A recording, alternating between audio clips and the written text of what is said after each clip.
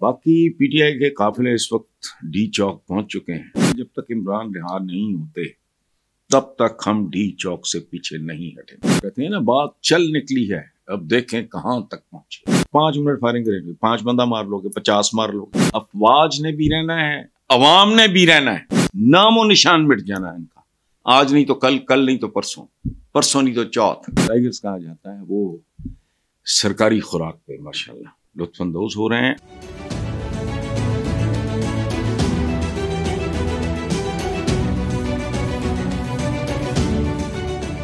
अस्सलाम वालेकुम व्यूअर्स,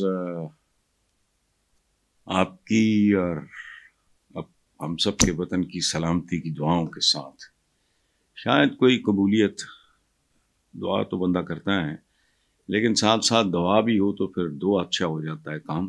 पहले मैं चंद लतीफ़े आपके साथ शेयर करूंगा इमरान खान की इस तहरीक या जो भी आप इसको कह लें, प्रोटेस्ट या व्हाटएवर, कि वो जो शेल्स आ रहे हैं, पीटीआई के जो वर्कर्स हैं वो शेल्स उठा के वापस भेज रहे हैं, वापस मार रहे हैं उनको।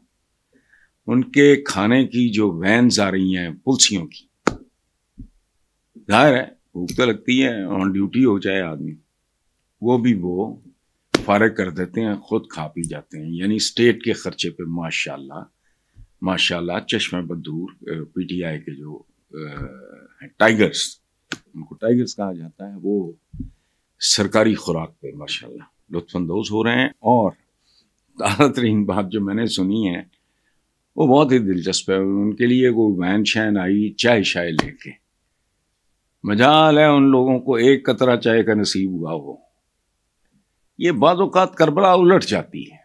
बहरहाल अब चलते हैं, ज़रा काम की बातें कर ले जिनमें से आपके लिए शायद कोई भी चीज़ नई ना हो। एक बात शायद आने वाले दिनों में मुझे आपको याद दिलाना पड़े, मैं शेयर नहीं करूंगा अभी। मुझे सबके पीछे ये जो कहानी चल रही है, इसके पीछे मुझे एक और कहानी दिखाई दे रही है। उसकी तफसीलात क्या हैं वो इंशाअल्लाह मैं खबर को कहूँगा। मेरी अब याददाश्त ज़रा ढीली पड़ रही है तो मैं खबर को याद करूँगा कि जो बात मैंने की थी यही वीडियो चलाए और फिर मैं उनको बताऊँगा आने वाले दिनों में। बाकी पीटीआई के काफिले इस वक्त डी चौक पहुंच चुके हैं, यानी बॉल डी में है।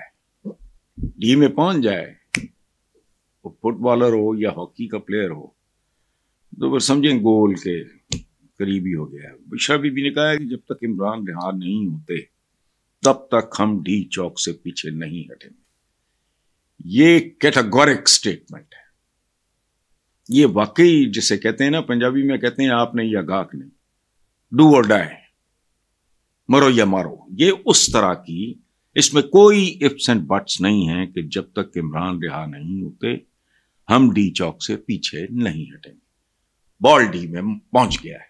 अच्छा, वजारत दाखिला की तरफ से आर्टिकल 245 के तहत इस्लामाबाद में फौज तलब कर ली गई है। पीटीआई कारकुनान को देखते ही शूट एट साइट का हुक्म है। मोहसिन नकवी का कहना है कि अगर हम 5 मिनट फायरिंग करें तो इस्लामाबाद में एक बंदा भी नजर नहीं आएगा। देखें, बात इस तरह के मफरूज़े बहुत खतरनाक और गलत साबित होते हैं। ये बांग्लादेश में कब से चल रहा था। फिर एक लड़का था, पहली गोली खाई, गिरा, फिर मारो, फिर खाई, फिर उठा, उसके बाद सारे उठ गए। इसलिए इस तरह की अप्रोच से, इस तरह की थिंकिंग से मेरी तो कम से कम गुजारिश यही होगी कि आप एहतराज करें।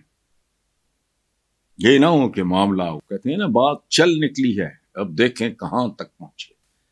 इतना फ्यूल ना दें, कोशिश करें, पूरी कोशिश करें कि तहम्मुल, बुर्दबारी, सब्र, ज़ब्त, ये बहुत जरूरी होता है। लेकिन ये कि जी हम 5 मिनट फायरिंग करें तो इसमें, ये तो अजीबो गरीब चैलेंज वाली बात है ना। तो सरपरे तो भरल होते हैं, और जो यहां तक आ गए हैं वो, उनमें से अगर आधे भी खड़े हो गए, 5 मिनट फायरिंग करेंगे, 5 बंदा मार लोगे, 50 मार लोगे, 100 मार लोगे, फिर क्या होगा?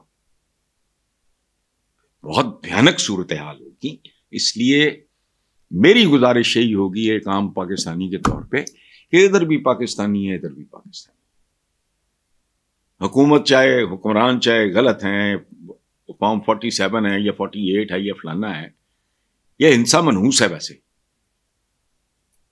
तो इधर भी पाकिस्तानी भले फेक है कोई फॉर्म 47 की पाता लेकिन है तो पाकिस्तानी ना, अब क्या करें उसका।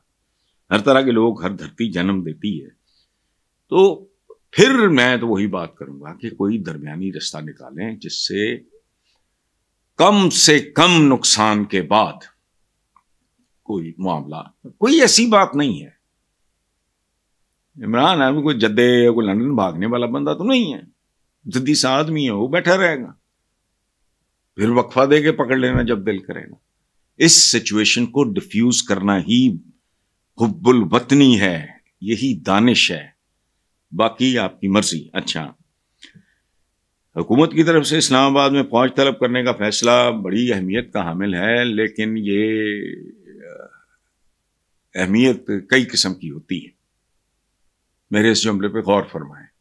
दूसरी बात यह है कि this is what I have heard, मैं बाहर नहीं जाता ना, मैं सेल फोन रखता हूं, मैं तो अपने टीवी पे जो देख रहा हूं, लोगों ने गले लगाया फौजियों को प्यार मोहब्बत से। ये है असल रिश्ता अवाम और अफवाज पाकिस्तान का। अफवाज ने भी रहना है, अवाम ने भी रहना है। अफराद आते जाते रहते हैं, ये हजारों साल की तारीख है। सो मोहब्बत इन हालात में भी इस तरह किया है कि उन्होंने फौजी जवानों को प्यार मोहब्बत से आप हमारे भाई हैं, गले लगाया है। तो इस भरम को कायम रखना चाहिए। तो और इस्लामाबाद में मौजूद फौज के जवानों ने लाउड स्पीकर पे ऐलान किया है कि कारकुनान पुरअमन रहें, फौज अपने अवाम पे गोलियां नहीं चलाना चाहती। सो बहुत पॉजिटिव, बहुत खूबसूरत बात है।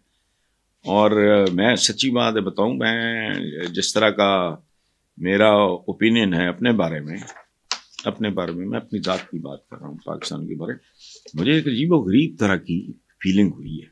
12 इस्लामाबाद में इस वक्त पीटीआई कारकुनान और सिक्योरिटी फोर्सेस के दरमियान झड़पें जारी हैं। जाहिर है रेंजर्स के 4 जवान शहीद हो चुके हैं, इन्ना लिल्लाहि व इन्ना इलैहि राजिऊन, और तकरीबन 120 के करीब पुलिस और रेंजर्स के जवान जख्मी हैं। It is a bad news. मैंने पहले कहा उस तरफ भी पाकिस्तानी, इस तरफ भी पाकिस्तानी। खुदा का खौफ करो, हमारी इकॉनमी बर्बाद है, हम कशकोल उठाए फिर रहे हैं, अवाम भूख नंग गुर्बत के उस सारा फ्रस्ट्रेशन की इंतहा पे पहुंचे हुए हैं।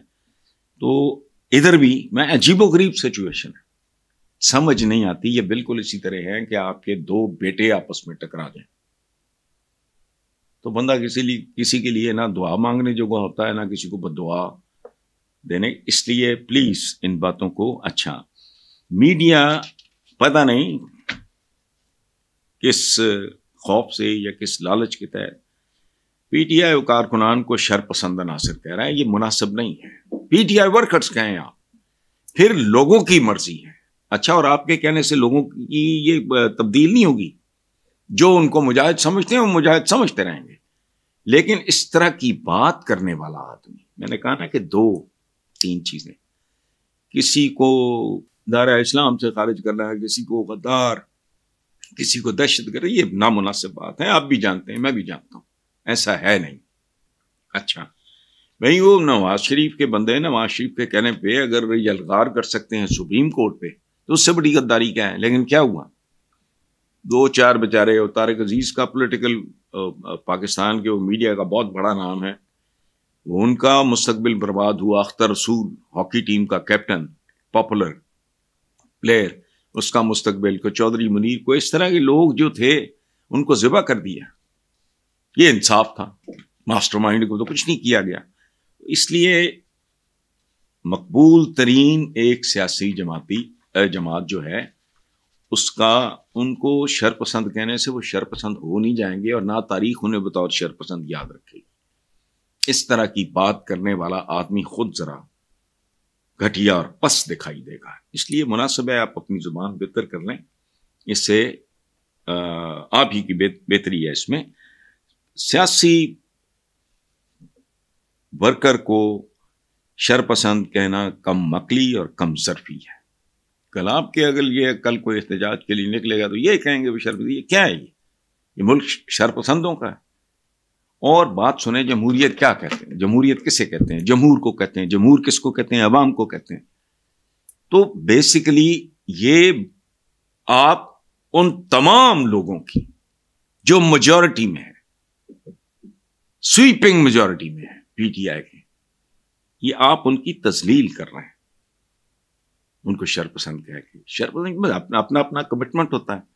हमें भी शरपसंद कहा गया होगा 1947 में हमारे बुजुर्गों को, जब लेके रहेंगे पाकिस्तान, बन के रहेगा पाकिस्तान, पाकिस्तान का मतलब क्या, ला इलाहा इल्लल्लाह। जब ये कर रहे थे हमारे जो बुजुर्ग, मैं अपनों की बात नहीं कर रहा, लेकिन उस जमाने के जो लोग थे जो कर रहे थे वो शरपसंद ही थे ना। तो ये नहीं होता, आज का बागी कल का हीरो होता है, और फिर वो हीरो विलन भी हो सकता है, जो शेख मुजीब के साथ हुआ। आप उसको कहते थे वो गद्दार है, उनका वो बंगला बंधु बना, उसकी बेटी ने वो छाक मारी, वो जिल्लतामेज काम किए, सारे जमात इस्लामी के बुजुर्गों को फांसी पे चढ़ाया। नतीजा वो गद्दार से बना कायदे आजम अपना बंगला बंधु। कायदे आजम से क्या हुआ, बेटी के करतूतों ने उसको जलील कर दिया, उनकी तस्वीरें उठा के शेख मुजीब की बार फेंक दी गई।